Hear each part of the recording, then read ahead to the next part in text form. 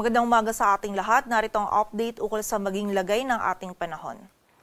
Kaninang alas 3, yung low pressure area na minomonitor natin sa loob ng ating area of responsibility ay huling namataan sa laing 275 kilometers kanluran ng Coron, Palawan. Nananatili pong mababa yung tsansa nito na maging bagyo at nakita din po natin na yung movement nito ay pakanluran or palayo dito sa ating kalupaan. But for today, magdudulot pa rin po ito ng mga pag-ulan dito sa area ng Kalayaan Islands. Kaya patuloy pa rin pag-iingat para sa ating mga kababayan dyan. And ito pong LPA na ito ay nakapaloob din sa Intertropical Convergence Zone or ITCZ na nakakaapekto pa rin sa Southern Luzon, Visayas at Mindanao. Kung saan kung ikukumpara po ng mga nakaraang araw, less na po yung mga pag-ulan na mararanasan natin na dulot ng ITCZ dito sa malaking bahagi ng Southern Luzon, Visayas at Mindanao. Ngunit meron pa rin pong posibilidad ng mga isolated na mga pag-ulan, pagkidlat at pagkulog. Kaya naman pag-iingat pa rin para sa ating mga kababayan sa posibilidad ng mga pagbaha at pagguho ng lupa.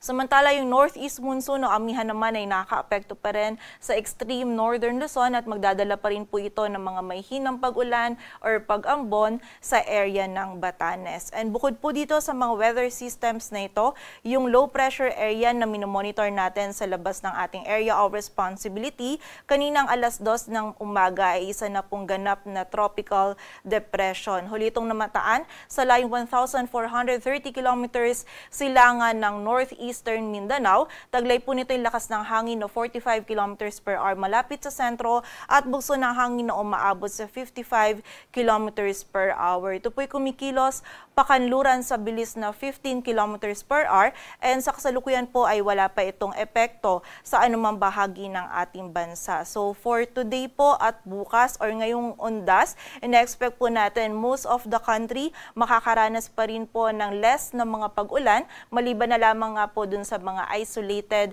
na mga pag-ulan, pagkilat at pagkulog. Kaya po pag-iingat pa rin and kapag tayo ay lalabas, huwag pa rin po natin kalilimutan yung pananggalang po natin dito sa mga pag-ulan ito. But expect po natin by Monday kung saan po yung mga kababayan natin ay nagsisibalikan na from mga probinsya or galing po from this long weekend. Expect po natin malaking bahagi po ng ating bansa ay makakaranas po ng maulan hanggang sa masungit po na panahon, lalong-lalo na dito sa may Southern Luzon, Visayas at Mindanao. Dulot po nitong approaching na bagyo and also sa malaking bahagi din po ng Luzon na posibleng dulot ng trough or extension nito at ng shear line. Kaya naman po paghahanda para sa ating mga kababayan.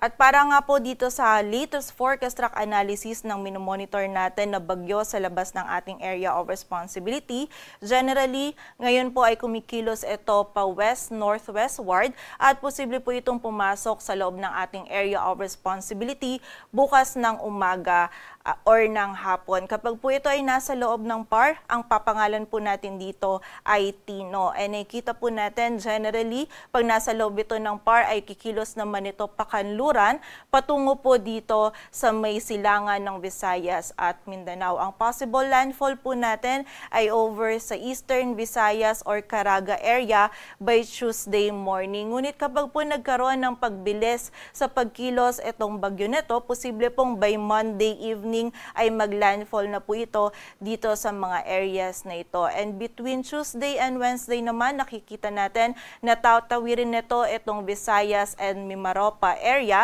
And by Wednesday onwards naman ay nandito na to dito sa area ng West Philippine Sea. In terms of intensity naman po, patuloy pa rin mag-i-intensify itong bagyo na to habang binabaybay pa rin yung Philippine Sea. And possible po na bago ito maglandfall ay mag-intensify ito into a typhoon category. So malakas po yung hangin na dala nitong bagyo nito, kaya naman po muli paghahanda po para sa ating mga kababayan. And also medyo may mataas pa po yung uncertainty netong track and yung other scenarios po natin dito sa bagyong ito. Kaya kailangan din po natin i-consider etong cone of confidence na tinatawag po natin, kung saan sa mga susunod po na araw or oras posible pong maging mas mataas yung track or mas mababa po yung track netong bagyo nito. Kaya naman po patuloy pa rin mag-antabay sa updates na ipapalabas ng Pag-asa.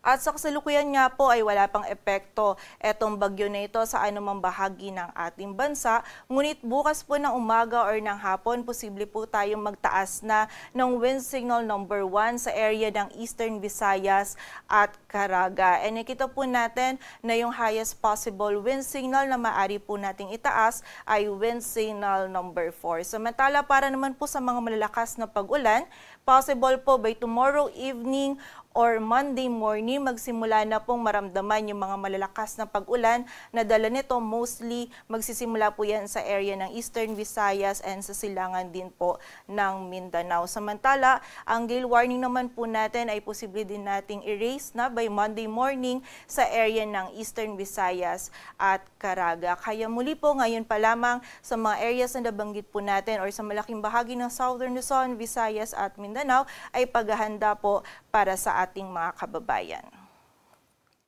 At para naman sa maging lagay ng panahon ngayong araw ng Sabado, magiging maulap pa rin po yung kalangitan. May mga kalat-kalat na pag-ulan pa rin pong mararanasan dito sa area ng Cagayan. Dulot po ito ng shear line. Posible pong hanggang sa mga malalakas pa rin yung mga pag-ulan na ating mararanasan. Kaya naman pag-iingat para sa ating mga kababayan dyan. Samantala, for the area naman ng Bicol Region at Mimaropa, may mga isolated pa rin pong mararanasan na pag-ulan dulot ng easterlies. And dito naman sa Metro Manila, dulot ng ITCZ. And dito naman po sa Metro Manila and sa nalalabing bahagi po ng Luzon, magiging bahagyang maulap hanggang sa maulap din po yung ating kalangitan. Posible pa rin yung mga biglaan at mga panandaliang pag-ulan, pagkilat at pagkulog dulot po ng mga localized thunderstorms. Kaya kapag tayo ay lalabas, huwag pa rin natin kalilimutan yung mga pananggalang natin dito sa mga pag-ulan na ito.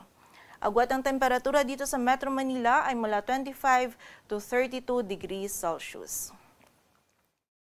Samantala, dito naman po sa bahagi ng Palawan, lalong-lalo na dito sa area ng Kalayaan Islands, meron pa rin po tayong mararanasan ng mga pag-ulan na dulot ng LPA. Samantala, sa buong bahagi naman ng Visayas at Mindanao, ngayong araw magiging bahagyang maulap hanggang sa maulap po yung ating kalangitan. Posible pa rin yung mga biglaang pag-ulan, pagkilat at pagkulog na dulot ng ITCZ. And yung mga regional offices po natin, patuloy pa rin nagpapalabas sa mga thunderstorm advisories or mga babala ukol sa mga pag-ulan na ito. Agwat ng temperatura sa Cebu ay mula 25 to 30 degrees Celsius at sa Davao naman ay 26 to 32 degrees Celsius. Sa kasalukuyan po, wala tayong nakataas na gale warning, ngunit iba yung pag-iingat pa rin para sa ating mga kababayan na maglalayag dito sa may northern seaboards ng ating bansa, maging dito din po sa may eastern seaboard ng northern at central Luzon kung saan po magiging katamtaman hanggang sa maalon yung lagay na ating karagatan. Dito sa Metro Manila, ang araw ay sisikat mamayang 5:52 ng umaga at lulubog mamayang 5:28 ng hapon. Patuloy